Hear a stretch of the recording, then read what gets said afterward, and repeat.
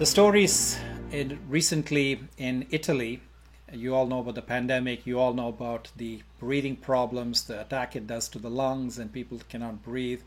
They have to get on ventilators. So, in Italy, there was an old man who had been hospitalized because he had contracted COVID-19, and he had to be put on a ventilator, and he was put on a ventilator that basically saved his life. And as he was walking away from the hospital, the doctors at the hospital, they gave him a bill, and they said, most of your treatment is covered by insurance, but there's this one thing, there's 5,000 euros that you need to pay for breathing using the ventilator for your treatment.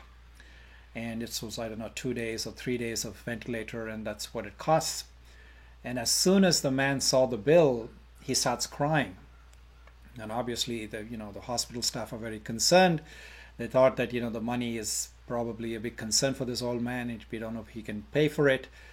And he says, the staff start consoling him and say, if you can't really pay, we'll try to figure out a plan. We'll try to figure out something.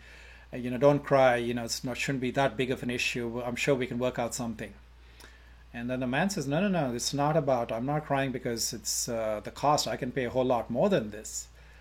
He says that for those 2 or 3 days that I've been on a ventilator, there is this bill for $5,000, 5,000 euros.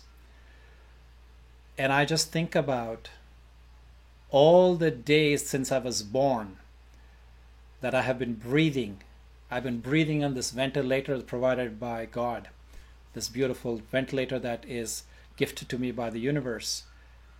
And I haven't taken one single moment to thank Mother Nature, thank the Supreme Being for taking these services for free all my life.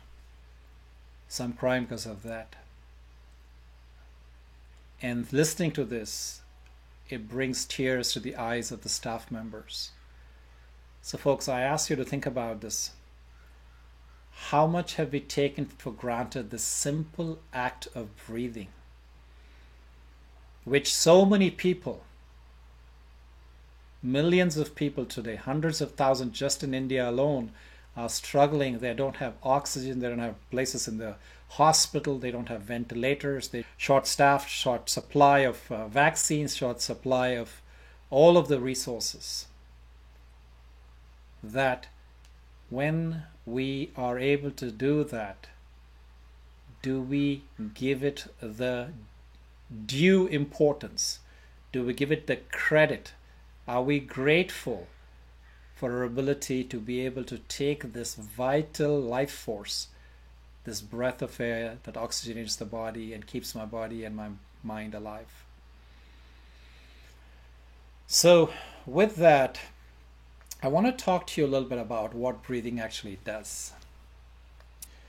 I want you to think of a time, think of an incident, think of an issue, a person, whatever it may be, that caused you extreme amounts of anxiety or stress. And it could have been last week, it could have been last year, it could have been 10 years ago. But I want you to please think of one incident right now where you were extremely stressed. Close your eyes if you need to. And I want you to relive that incident. Think of one incident, and I want you to walk into that incident. I walk into that environment, that scenario. Who were you with? What was going on around you? How did you feel at that moment? And now notice for yourself that how your breath changes automatically with what's going on in the mind. Now, the interesting thing about breathing as it pertains to stress and anxiety, feeling a sense of trauma, is that it shallows the breath. That means you start breathing in from the chest. Now, when you breathe in from the chest, thoracic breathing, and I'll talk about that a little bit more later, it shortens the amount of exchange. It actually reduces the amount of blood oxygenation. Now, as you're doing thoracic breathing, because you're stressed, you're stimulating the sympathetic nervous system in the body. This is your fight or flight response. This is the time when you're triggered, right? And you're actually enhancing the already stressful feelings that you're already having in the body at that time. As opposed to thoracic breathing, we're going to practice and we're going to try to dive deep into this thing called diaphragmic breathing. Abdominal breathing is probably another word they use for that. This is where you're using the lower part of your body, which is actually your natural rhythm. If you see a newborn baby, you see a little child who doesn't get too much into the head and doesn't have these things of anxiety and depression and stress and all of that, you will notice that the baby's belly is what rises and collapses. Now, there are three essential components as it relates to breathing. Right? First is there's the body that you're trying to nurture, right? Your vehicle, your costume. There is the mind,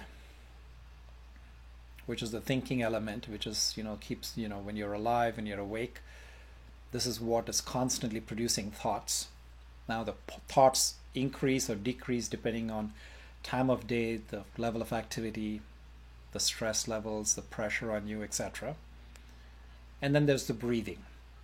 Okay, think of this as the pyramid where you have these three aspects in the three corners. Now, as you are doing more work, as you're getting more anxious, as you go about kicking off your day, maybe the first thing in the morning, your mind is calm, your body is slow, your breathing is deep. But notice as you go off to start doing activity, so as you are being more mobile, you will notice that your brain activity increases, and consequently your breath also speeds up. And with breath speeding up, you naturally, just by nature of the fact that you cannot breathe deep and slow, you are breathing shallow. So speeding up of activity increases in speeding of thoughts and shallowing of breath, and speeding up the number of breaths. So the per minute breath count will increase. Now, if you start with another corner of the triangle, which is if you're thinking more, like for example, I've asked you to remember a moment, a time, an incident where you felt very stressed or anxious. You probably started thinking faster, you started breathing shallower, and if you were actually not sitting down here and listening to me, if you find yourself doing some activity while your mind is kind of whirring, right, spinning faster, your activities also will follow suit. Now, the mind and the body are two items in this triangle that are harder to control. They're harder to rein in. The mind especially is like, they call it the monkey mind for that reason. In the Mahabharata, there's a famous chapter, there's a famous portion of the Mahabharata which is called the Bhagavad Gita, the holy book of the Hindus. There is this symbolism of the 5-horse chariot. The 5 horses represent the 5 sense organs, and the charioteer represents the mind. So the mind is supposedly, theoretically, supposed to be in control of the 5 senses, the horses. But what happens is the horses are running wild. They all are craving. They wants to go after what they've seen, what they've smelled, what they've heard, what they want to taste or have tasted, the sensation of touch. And they're all running amok and they're running wild. And the mind as a victim is just following, is just keeping, is being dragged along. And it says the entire Bhagavad Gita is about creating the sense of self-mastery, of putting the charioteer in a position of power where he or she is truly in charge of the functioning of this chariot. But it takes work, it takes practice, it takes wisdom, It takes making that part of our subconscious behavior, second nature as one might call it. Because we're so used to being enamored, seduced by everything that's happening around us. The sensory perceptions are driving us. You know, the other day I heard something which is a very, very interesting definition of marketing. You know, we have these multi-trillion-dollar marketing machines that are defining how we live, what we want, who we choose to be with, what we want to present ourselves as, what makes us feel complete or incomplete. So the definition of marketing is trying to attach emotions, human emotions, every single human emotion, to a product. Think about that for a second, right? So when we don't understand why we're feeling, how we're feeling, and what's triggering these emotions within us, there are people, multi-trillion-dollar industries, waiting to tell us that if you buy this, you will feel this. If you don't want to feel this, you need to go get this. Right? So positive or negative emotions, depending on that, they will play with you. Because there is a science, there's a lot of research being done to associate products with emotions. So coming back to the 5-horse chariot, it is an effort.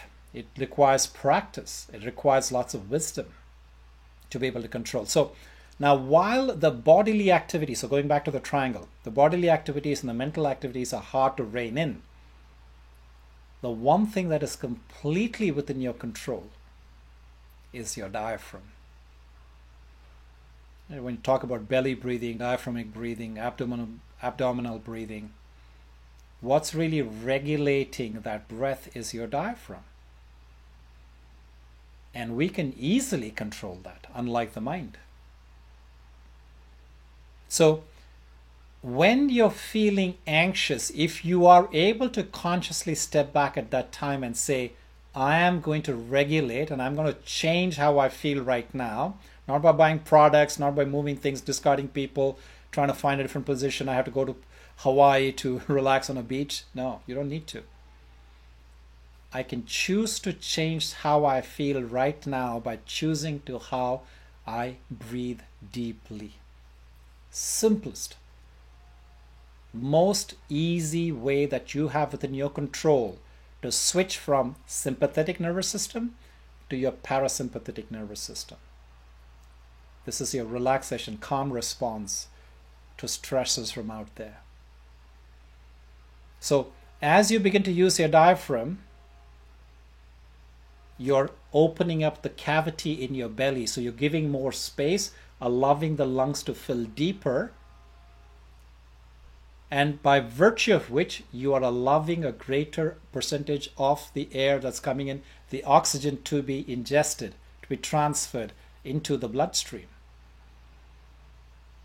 and thereby changing the whole chemistry within your body, oxygenating the mind, oxygenating the body, calming the nervous system, slowing down your heartbeat, reducing the blood pressure, and thereby creating greater resilience.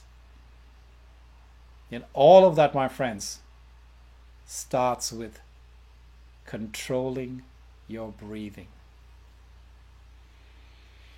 So much for theory.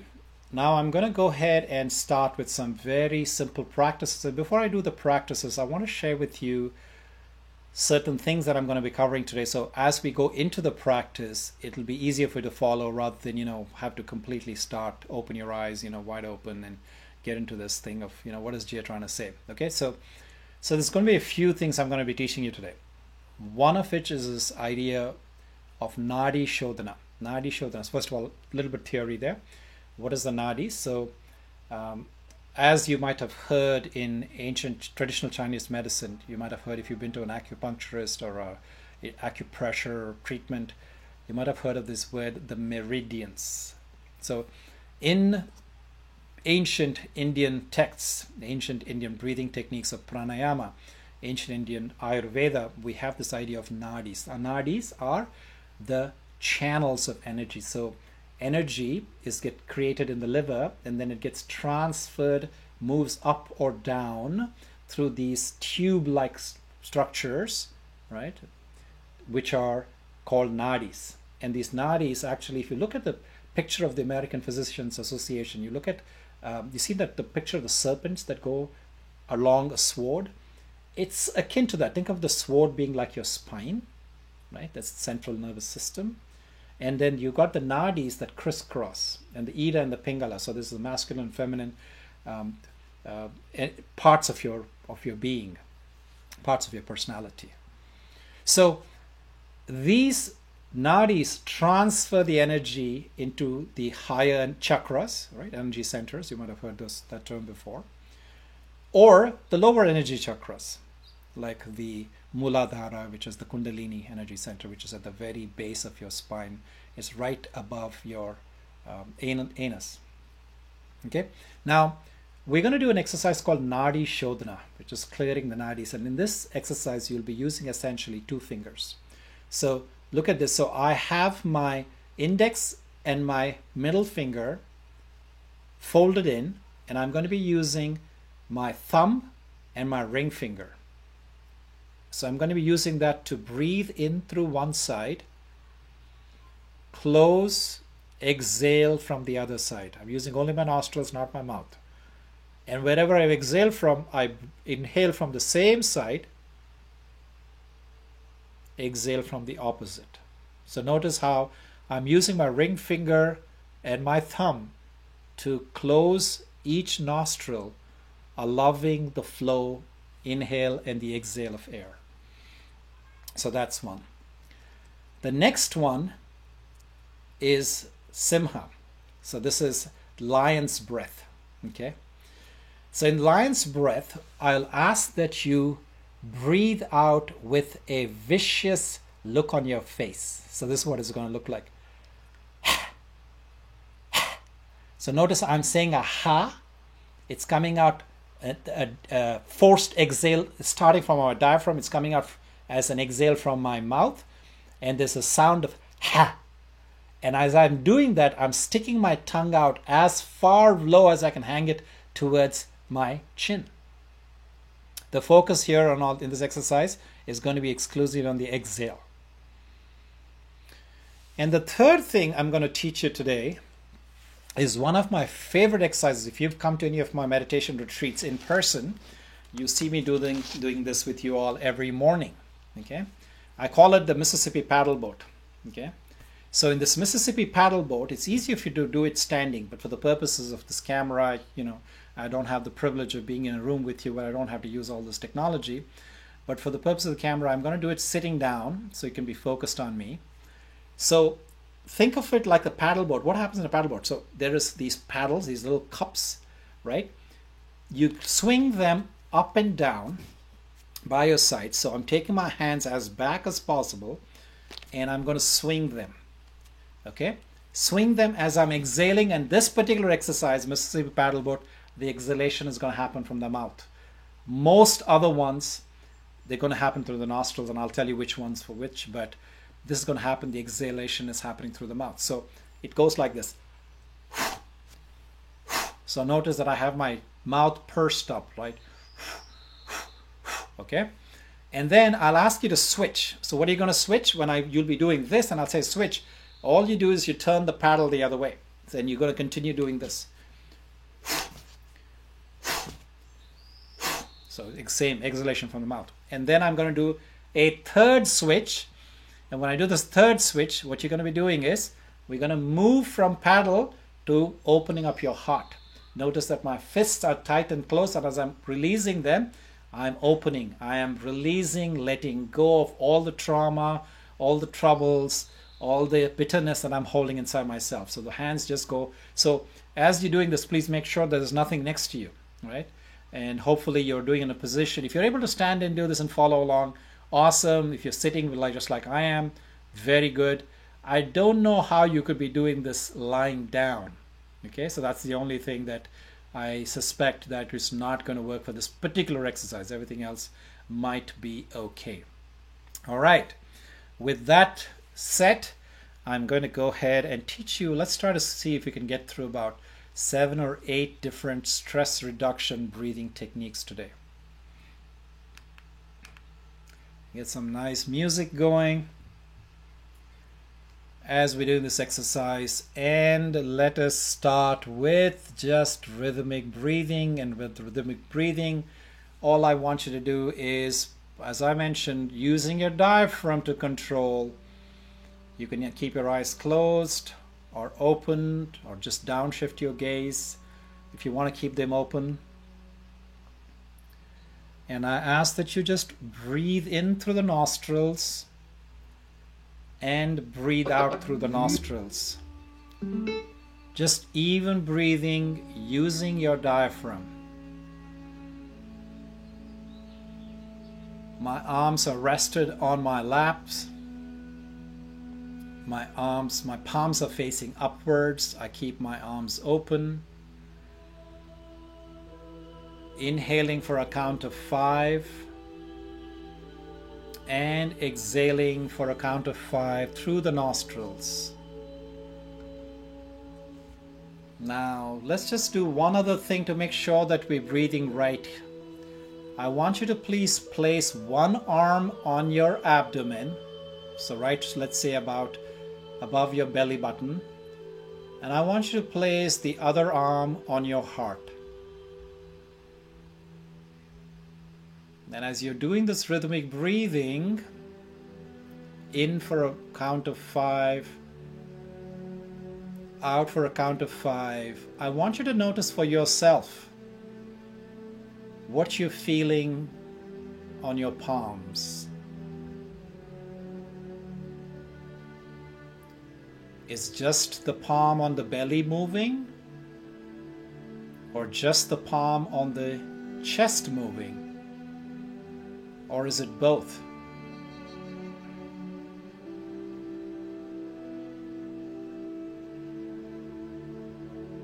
As you're inhaling and exhaling for a count of 5 each, see if you can actually consciously regulate it. So see if you can just allow your belly to rise and collapse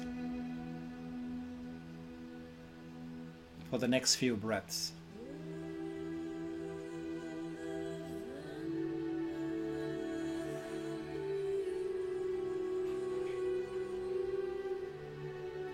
Now, I want you to change this up and see if you can do this thing we described as shallow breathing, thoracic breathing. See if you can just allow your chest to rise and collapse. Same, count for 5 in and out.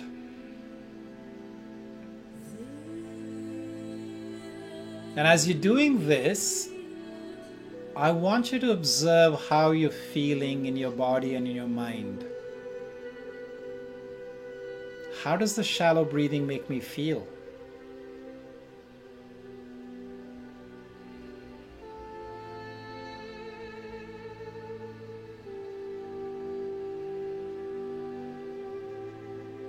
And then now drop into the belly breathing again. Your hand on your heart should not be moving, just the one above your belly button.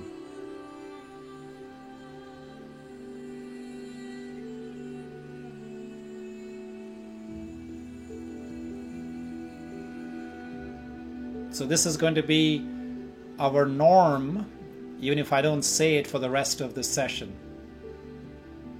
And folks, you might find it somewhat awkward, or it could even be exhausting as you keep breathing into the belly, this diaphragmatic breathing that I've just described and I've shown you. And that's because it's a question of a lack of practice. Like I said, this is how you're naturally, when you were born, this is how you came out breathing. But then as we got too much from our hearts into our heads, we got into this shallow breathing, the unhealthy, the stress-inducing quality of breath. So when you get back into this deep breathing, sometimes it can seem somewhat uncomfortable, but I want you to please develop this practice. And with practice, you'll become very, very comfortable with this deep thoracic breathing. Now, I want you to switch this up, and I want you to inhale for a count of 5 through the nostrils. And I want you to please exhale through the mouth for a count of 5.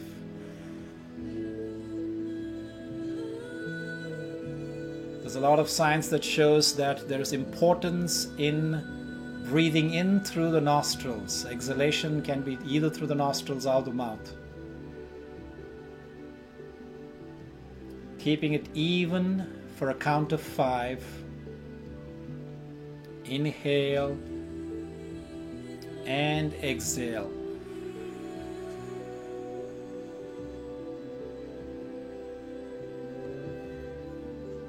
If you want to go ahead and rest your arms back on your laps as you started, you're welcome to do that, just relaxing and keeping your focus on your breath. As you inhale through the nostrils for a count of 5 and exhale from the mouth to the count of 5. Now see that if you can elongate the exhale. So we're going to lengthen the exhale that's coming out through the mouth.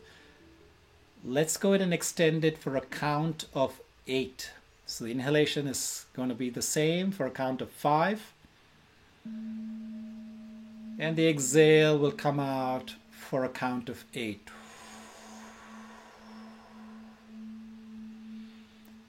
Remember, I showed you how to purse your mouth. See if you can do that.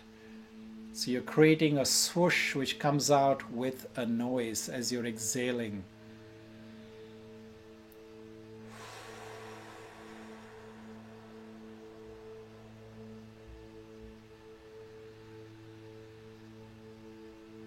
And as you're doing this,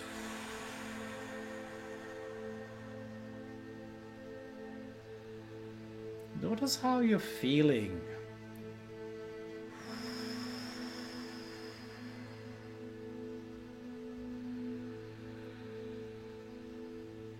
Keeping your focus inside, not letting anything from the outside world distract you. If your mind should wander into something that you need to do after this session or something that you haven't completed before this session, just tell yourself that this is a gift that you've chosen to give yourself this 1 hour. And that can wait, and I'll be sure to come back to attending to that. I'm not going to ignore it, but for now, I'm going to put it on pause, and I come back to paying attention to this breath.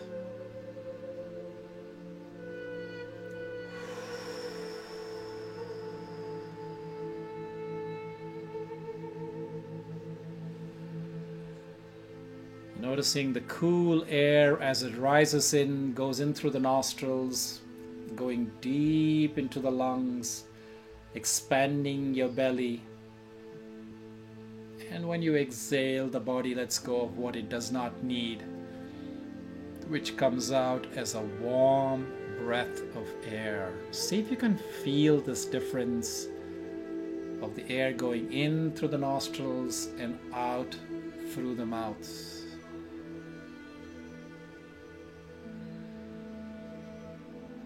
Particularly pay attention to the sensation at these openings, the nostrils and the lips.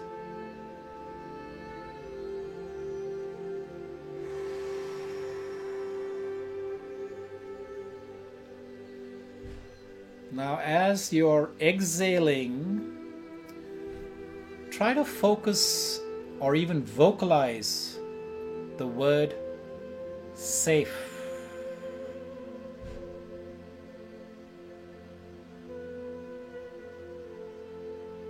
On the next breath, vocalize or say aloud, or just think in your mind the word calm.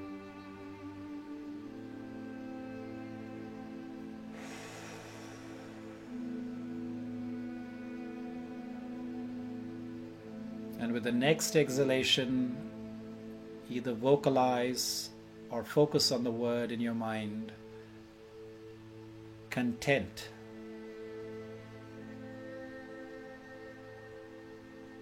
And imagine as with each exhalation you're putting out this intention, the sound into the universe. And as you set this intention, as you let it go, as you let it float free, you're giving it wings. You're giving it life.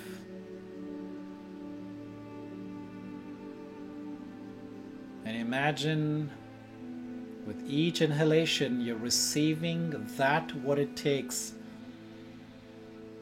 to create a calm, safe, and content life.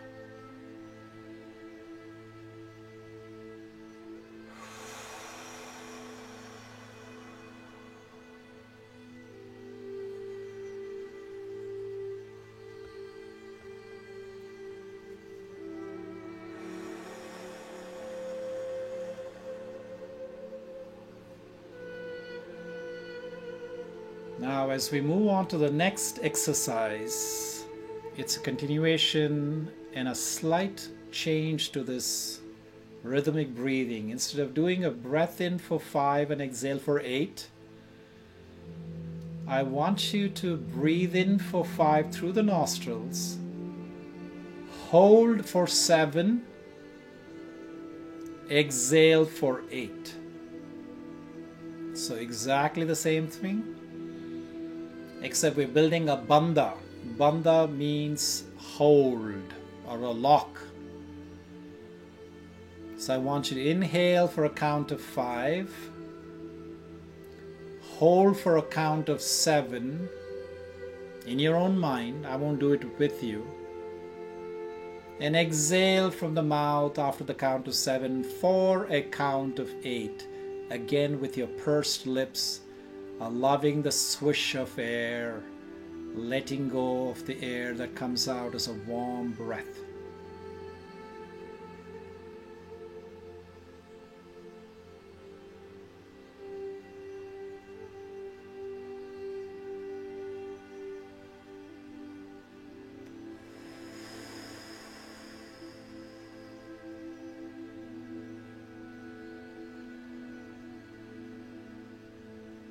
And each time as you're exhaling, I want you to feel your body relaxing. I want you to let go of any tightness that you may be feeling in any part of the body.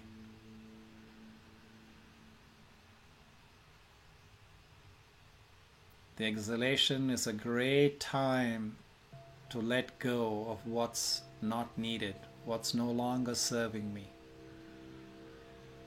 What I've been holding on for too long, that's been counterproductive to my well-being.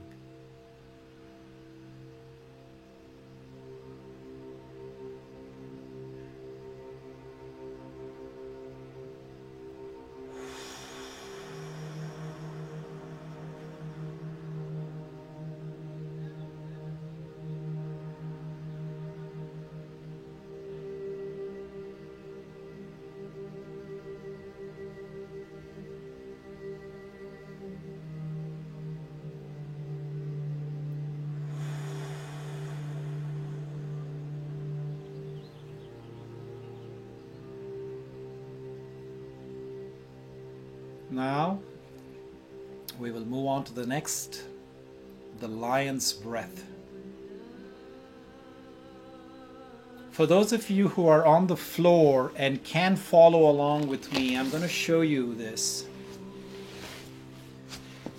I'm going to sit in Vajrasana. If you're familiar with yoga, I'm sitting on the ball of my feet. My arms are rested on my thighs. I've taken a deep inhale through the nose And as I exhale, I'll release it with a ha, like this. Ha. Inhale through the nostrils. Ha. 6 rounds of this. Ha. Ha. Ha. Ha. Ha. Ha. Now either bring yourself back to the normal seated position, or you continue to be like this. I will choose to be like this for a little bit longer. And notice how you feel different in your face. You feel different in your entire body after this lion's breath. And now we'll move on to this next exercise, Anuloma Viloma. I showed you at the beginning. We're going to use 2 fingers, and the breath work is going to happen by closing a nostril. The air goes in from the open passage, then we close it. We exhale from the opposite side as I release my thumb in this case. Inhale from the same side I just released from. Exhale from the opposite side. Inhale from the same side I exhale from. And exhale from the opposite side using the release of the finger. And let's do this for about 10 rounds. Count for an inhale of 5 and an even exhale of 5.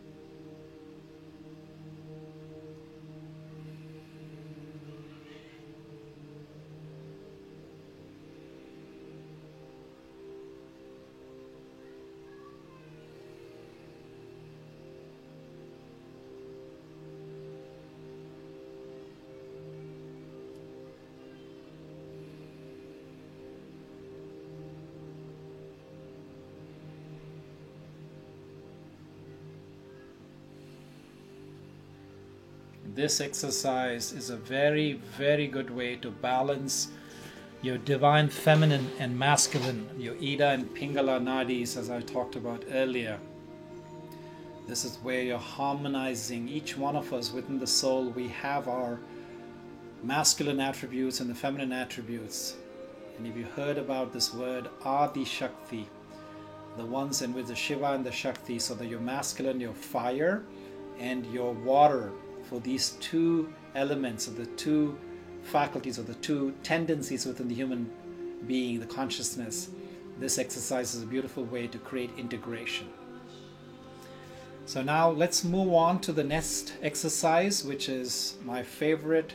And if you've been to one of my retreats, you know that this is a deeply rejuvenating exercise. So I call it the Mississippi paddle boat. Again, for those of you who just joined who didn't hear my instructions at the beginning, I will use my palms to create a little cup.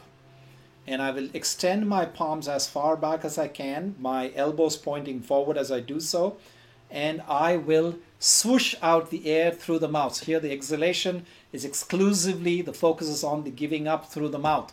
Don't worry about the inhalation, the body will know how to take. So we will do, it goes like this. And when I say switch, what you'll be doing is you'll be switching the sides of your palms. So the same movement, except now instead of the palms being facing forward, the palms will be facing towards you. And then I'll do a third switch, and what will happen then is you will create a fist and you will let go. You will push out your hands, open your fingers as you're doing it, and just completely letting go with again an exhalation of air through the mouth. Okay, so all of these exercises, these three, you'll be doing through the mouth. So here's what we're going to do. We're going to do 3 rounds of each. So it's each set has 3, and we're going to do 3 sets together. So a total of 9 per different practices. Okay, so let's all together. I want you to please keep your eyes closed. There's a reason for that. You want to keep the energy inside of you. You want to only let the energy out through the mouth. So the eyes closed, mouth open, hands facing, palms facing outwards. Let's do the first set of 7. Go in one direction.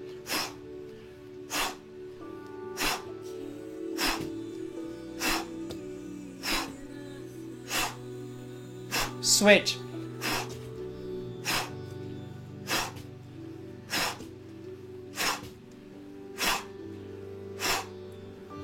Switch.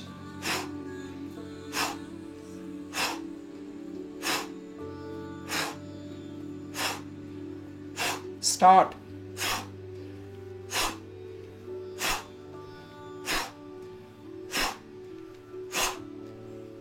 Switch.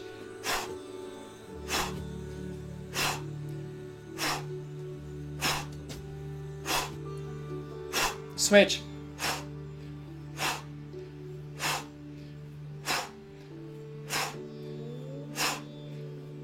Start.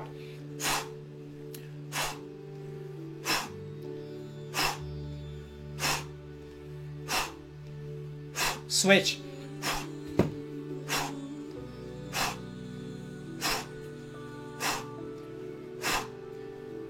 Switch.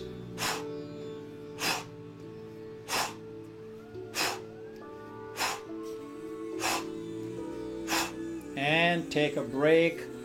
Pause, rest your arms, relax, let your fingers lie loose, extend your fingers, and as you keep your eyes closed, sit in a comfortable position. And for this part of the exercise, you're welcome to lie down with your arms rested next to you,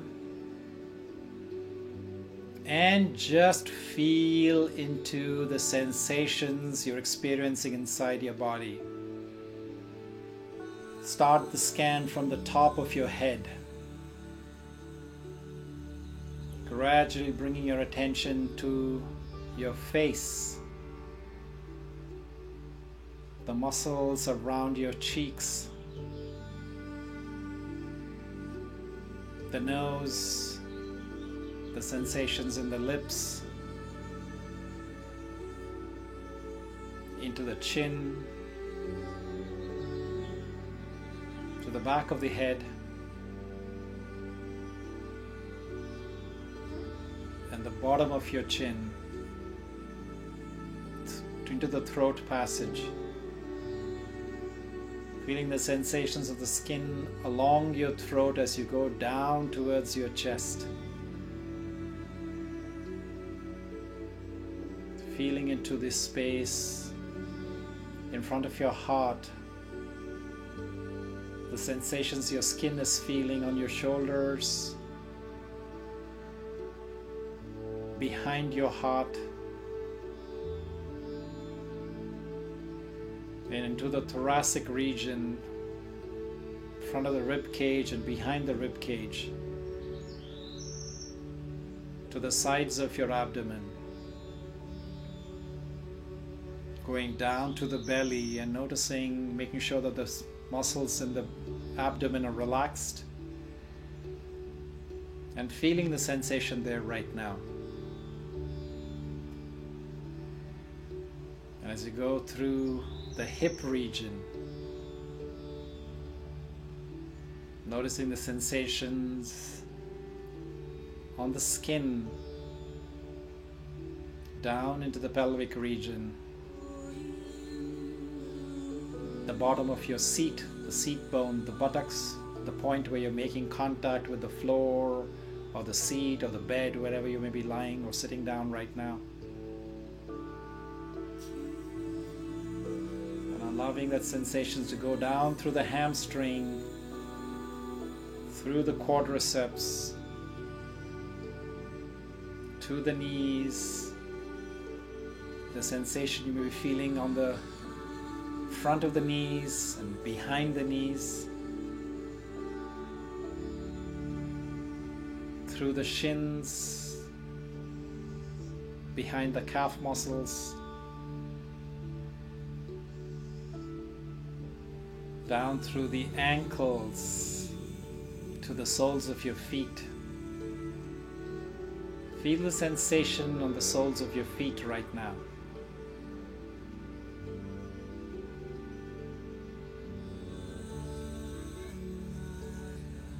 Going down through to the tips of your toes, noticing the sensation there. Imagine the toes are like energy centers through which the energy from within the body extends out. Imagine them flowing. Imagine the energy oozing out of the tips of your toes, out into the world, back into the massive universe where this prana came from to begin with.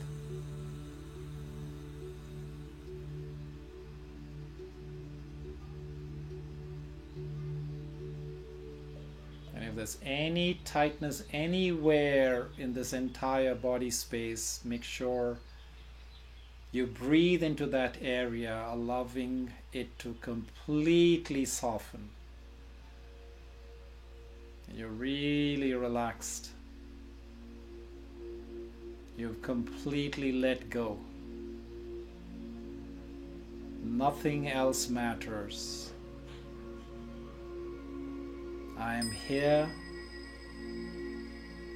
I am safe. I am content. I am calm. And if I am feeling all of these, all is well. There's certainly more right with me than there is wrong. Just this act of breathing without the need for any instruments says that there's more right with me than wrong. And I am grateful for that. Deeply grateful for the simple acts of deep breathing that can change the entire chemistry inside my blood, can change the rhythm of my heart, can change the attitudes in my mind, and create a sense of wellness in my entire being.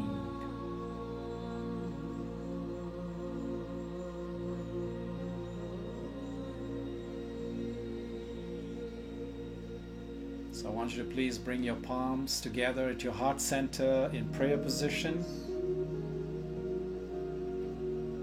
And I want you to please rub your palms together, creating energy, chi, prana, kindling the life force, where the palms are an epicenter for that.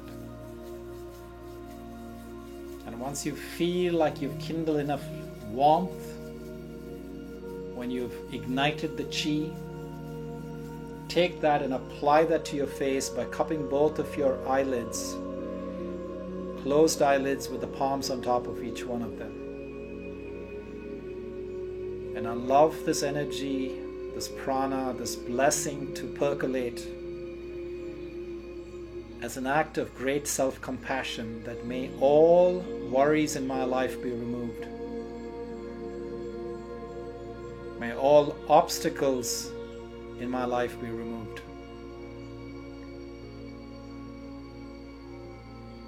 May I be happy.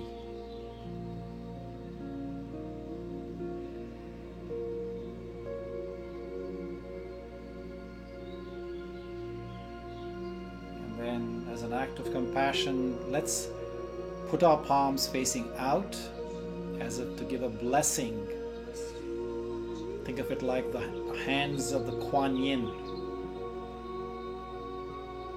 And through this energy vortex, my palms, let's send out a blessing. Send this energy of compassion such that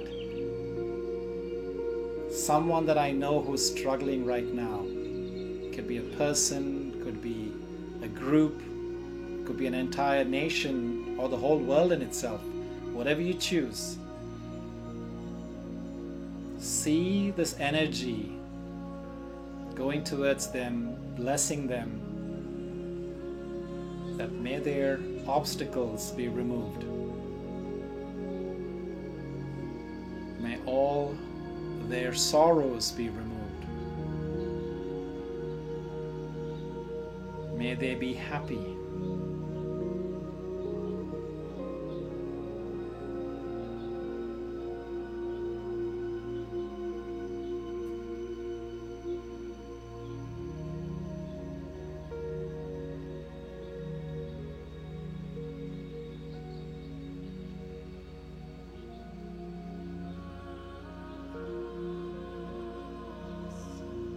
I want you to feel this energy going out like a beam of light towards that person, people, or place.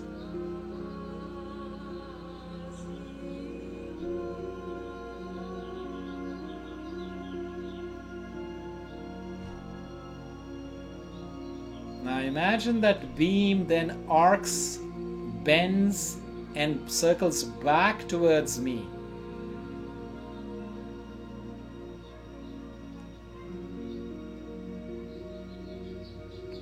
Blessing me, blessing my future self,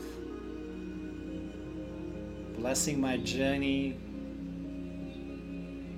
blessing my life ahead.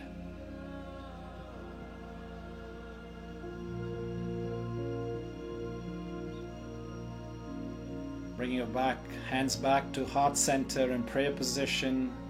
Let's take a deep bow of gratitude for everyone and everything that made this moment and how I feel right now possible.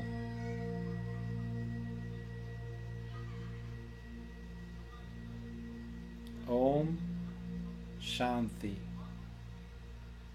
I am peace. Shanti, Shanti, Shanti. And gently, I want you to think about how you're feeling right now, and if you could express how you're feeling right now in one word, what would that be?